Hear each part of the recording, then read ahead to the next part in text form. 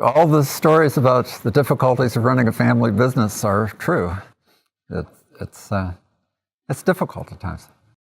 What I think works really well for us is to have a focus on, to have common goals in the business. And it's often a struggle, but we do try hard to focus on business, what's good for the business, and then try to keep that separate from the other family dynamics. We sent both Mike's kids who work with us on the farm here to the same ranch management class that we took. So we have a common language to talk with them about the finances and the economics of the business. And also management, because that included all sorts of management in terms of water and soil and grazing practices and planning and all those things. So we have that commonality, and that, I think, has been enormously helpful. One of the things we learned as part of our class was to make distinctions between what ranch management consultants calls WITB and WHATB. Working in the business, WITB, which is the day-to-day, on the ground, taking care of the animals, dealing with this problem, and working on the business, WOTB, which is the planning, the vision, where you're going, how are you going to make this a profitable business. And we separate meetings. We have WITB meetings that are what we have to do this week for production and sales and that kind of stuff. And we have WHATB meetings, which is how do we grow this business. And we have different roles for those different meetings. And that we make decisions about the business in those WHATB meetings and decisions about production and day-to-day management in the WITB meetings. We have scheduled meetings that we rarely keep and frequent meetings that are often unscheduled, but whenever Carla has 10 or 15 minutes, sometimes those get decided. So the short-term meetings are more on the fly, although they are scheduled. But we do better and worse at those depending on what's going on the farm, you know. But we try and have a WITB, working in the business, meeting every week at least. And then the working on the business meetings are less frequent during the heavy production times. We'd like to have those once a week in the winter or once every 2 weeks. And in the high production season, it's more like once a month maybe. Or if there's a specific task we really need to deal with or some decision that has to be made, then sometimes we'll meet every week and we'll have homework prior to the meeting. Everybody needs to read this or look at this or come to the meeting with this information, you know, to be able to make those decisions. We see a lot of each other, so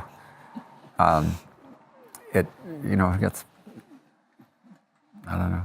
it gets intense. But we've pretty much found a way to be as dispassionate as I think, as is possible for us anyway, in talking about business decisions. And so all in all, we have some rocky times, but pretty much I think we're doing a good job of managing the different issues that come up.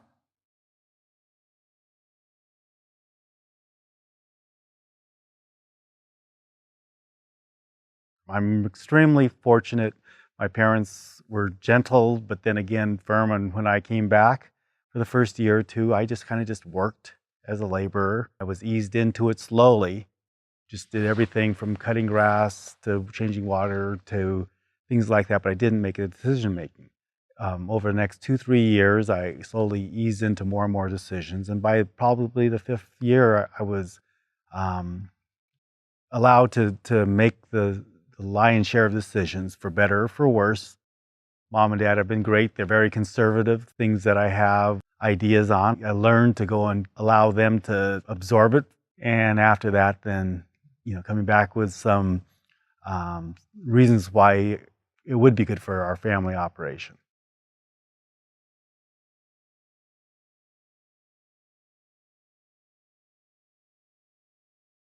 Both this property where we started, our home property, and then our other piece of property is all owned by a family trust, which is Melanie and I, and then Melanie's sister and her husband, and then the two girls' parents.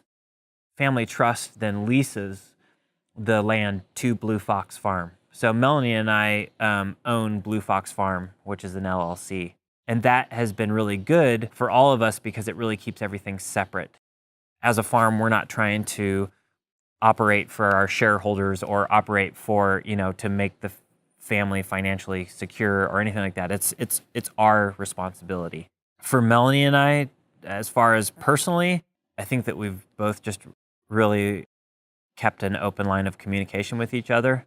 And we're both very strong-willed people too. So we've really learned a lot about patience. We've taken on certain roles within the business, and we've defined those roles for ourselves, and try not to kind of step on each other's toes too much or micromanage each other. We trust each other pretty. We've been farming here in Oregon for 9 years now, but Melanie and I have been together for 15. So we've seen ourselves grow a lot in that period of time, and we've learned not to take ourselves overly seriously too. We try to laugh a lot. So Yes. I think it sounds cheesy, but it's totally true.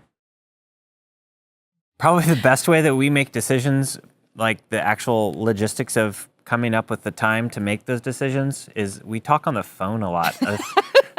Really, really odd, but we've had some of our best conversations on the phone.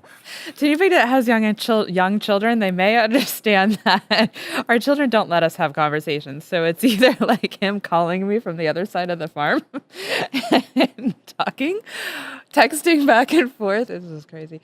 Or having conversations late at night after the boys have gone to bed. Yeah, whispering. Yeah. But how we actually make decisions, it is kind of stuff that we've already touched on. We kind of have our own roles, and then once we get to a point in our own job description where we're like, I really need to ask the other one their input on this because it's going to affect the whole farm. It's not just affecting, how I'm going to till a bed, but it's going to affect the whole farm itself. Then that's when I'll bring Melanie into the picture, and it's really. The classic way of farming has always been that there's like one person that's the farmer, and then that person has a spouse, and it's been really awesome for us that we've been able to collectively run the farm together, and it doesn't work for everybody, but for us it's been really good because we always have another person to keep the other one in check. Yeah, it's a system of checks and balances. There's ideas that he comes up with. I'm like, dude, no. But there are. Or there's ones that at first it's no, and then we have a discussion about it, and I realize that there's validity to it, and vice versa. Right.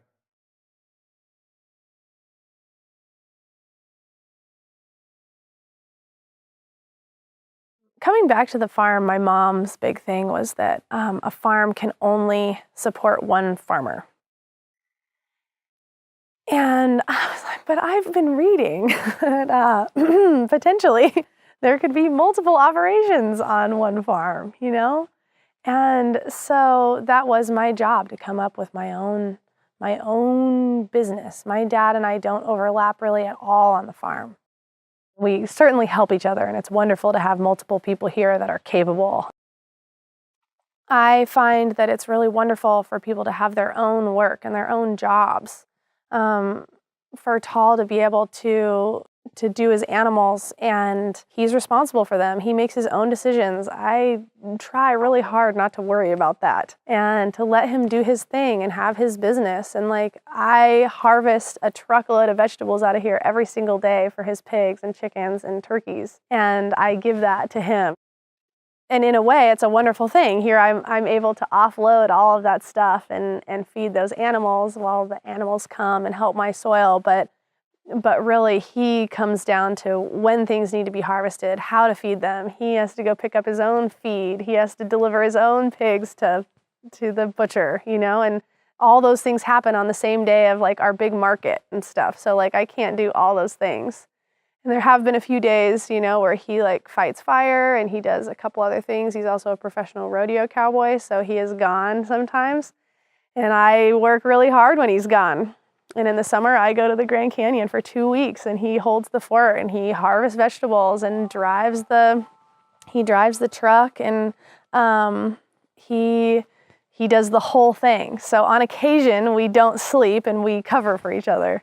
But otherwise, like, it's two very separate businesses that need their own attention and just total focus and someone who is in charge of that thing.